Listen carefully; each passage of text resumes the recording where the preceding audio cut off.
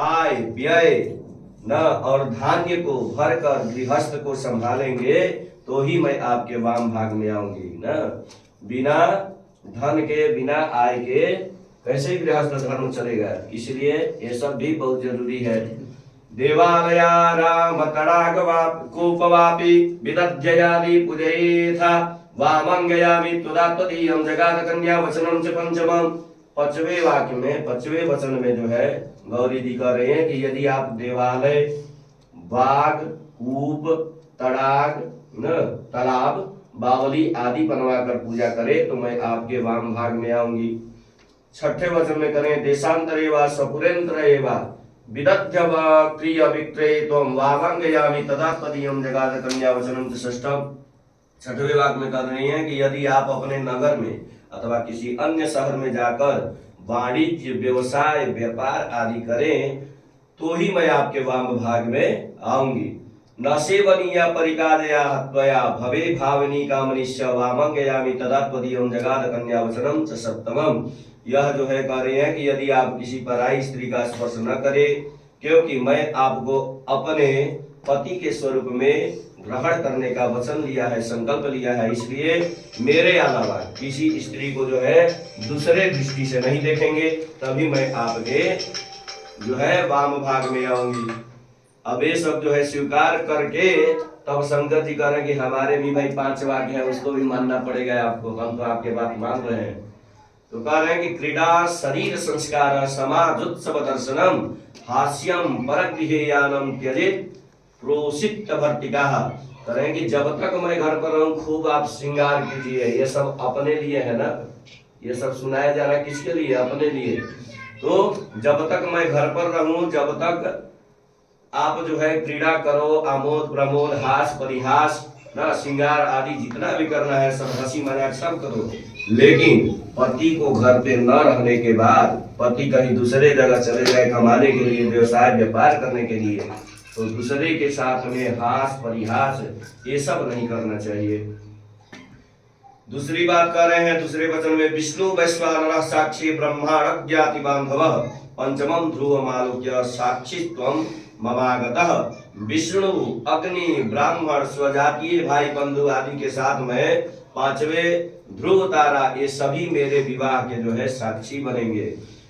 उसके बाद तव चित्तम मम चित्ते वाचा वाच्यम न लोप्यते ब्रुते मेस्ते सर्वदा देयम हृदयस्थम वरानने।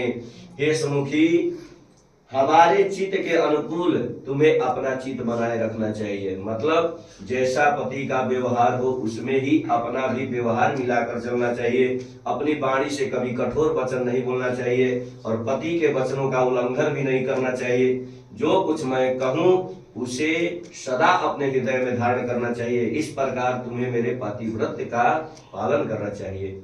मम तुष्टिश्च कर्तव्या बंधूनां भक्तिरादरात् ममाज्ञा परिपालयिष्यं पतिव्रत परायणे। मुझे जिस प्रकार से संतोष हो, जिस प्रकार से खुशी हो, वही कार्य तुम्हें करना चाहिए। हमारे भाई बंधु जमाता आदि जितने भी सगे संबंधी हैं उनका आदर सत्कार भक्ति भाव के साथ करना चाहिए। ये सब जो है पातिव्रत धर्म का पालन करने वाली का लक्षण है, इसलिए मेरी इस आज्ञा का आपको पालन करना होगा। अब 5वें वाक्य में जो है वर कह रहे हैं कि बिना पत्नी कथम धर्म आश्रामाणम प्रवर्तते तस्मात् त्वं मम विश्वास्ता भव वामांगगामिनी।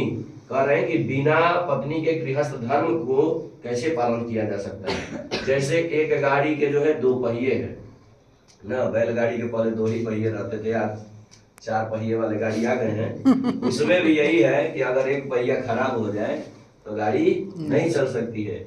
इसलिए गृहस्थ धर्म में पति पत्नी जो है ये दोनों एक गाड़ी के 2 पहिए हैं।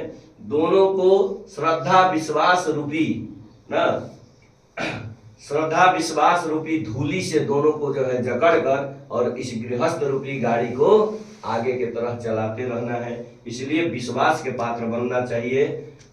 इस प्रकार से जो है ये वरों का वचन है, 5 जो है वर का वचन है, इसे कन्या को मानना चाहिए। इस प्रकार से सप्तपदी होता है। इसके बाद जो है सुमंगली विवाह का जो है विधान है।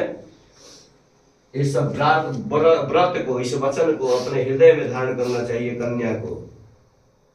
ध्रुव का अवलोकन भाव से कर लीजिए। ध्रुव पश्यामि, ध्रुवमसि ध्रुवत्वाम पश्यामि, ध्रुव पश्यामि महि त्वाम, बृहस्पतिर्मया प्रजापति सजीव सर्दः अथ सिंदूर सुमंगली। चलिए सबको हवन एक बार डाल लीजिए आप लोग, 5-5 बार डालिए। 5-5 बार डाल दीजिए हवन। हरि ओम मंगलानां भागवतं भवामहे प्रियानंदा विभूतिं भवामहे दीनान्त्वां नित्यं भवामहे वसोम आहवयानि गर्भसमातुं जासि क्रोधं मंगलवते स्वाहा। ओम अंबिकायै स्वाहा। ओम विमानेश्वराभ्यां स्वाहा। ओम लक्ष्मी नारायणाभ्यां स्वाहा। ओम वाणी हिरण्यगर्भाभ्यां स्वाहा।